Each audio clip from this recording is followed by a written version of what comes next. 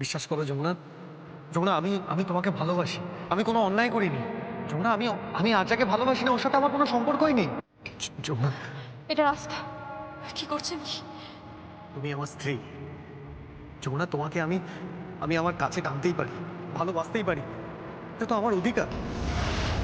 আমি তোমাকে ছাড়া অন্য কোনো মেয়েকে ছুতে পারি না, ঠিক তেমনই তুমিও এই কাজ করতে পারো না। আমি আমি জানি, এটা আমি বিশ্বাস করি।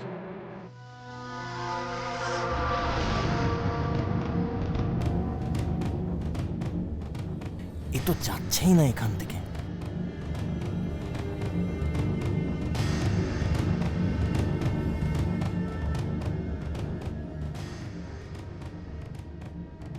যমুনা দিদি, হ্যাঁ বল। আপনি শহরে যাবেন না? আপনার মা বোন সব তো ওখানে, আপনাকে খুঁজবে। লালটু, তুমি আমাকে শহরে পাঠানোর জন্য এত উঠে পড়ে লেগেছো কেন বলো তো? না না, সেরকম কিছু না, সেরকম কিছু না। দেখো লালটু, আমাকে না কিছুদিন এখানে থাকতেই হবে। কেন? তুমি তো জানোই যে তোমাদের জামাইবাবুর সঙ্গে আমার কিরকম ঝগড়া হয়েছে। না, তোমাকে সেই নিয়ে চিন্তা করতে হবে না, তুমি ভেবো না। বলছি, স্বামী স্ত্রীর ঝামেলা মিটিয়ে নিন না।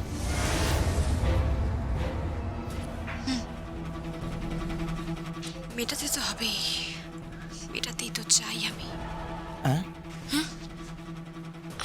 না কিছু না, আমি যাই, কুয়োর পাড়ে যাই, জলটা নিয়ে আসি।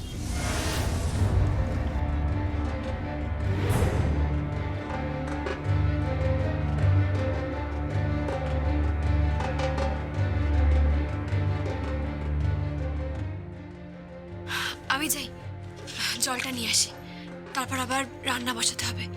যতই হোক তুমি আমাদের বাড়ির জামাই বলে কথা, তাই যাই জলটা নিয়ে আসি। কিন্তু মায়ের এভাবে তোমাকে একা রেখে যাওয়া একদমই উচিত হয়নি। যাকে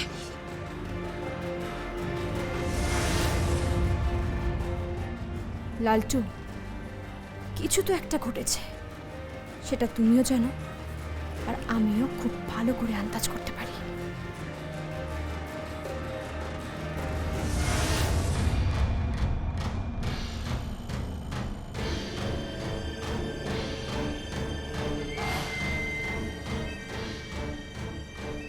হ্যালো, মাকে আর ওই কৃষ্ণাকে এখনই কুয়োর পাড় থেকে সরাতে হবে। হ্যাঁ হ্যাঁ হ্যাঁ, যমুনা যমুনা দিদি ওই দিকেই যাচ্ছে। তুমি একটা কাজ করো, তুমি ওদেরকে নিয়ে ওই ওই খালপাড়ের দিকে নিয়ে চলে যাও।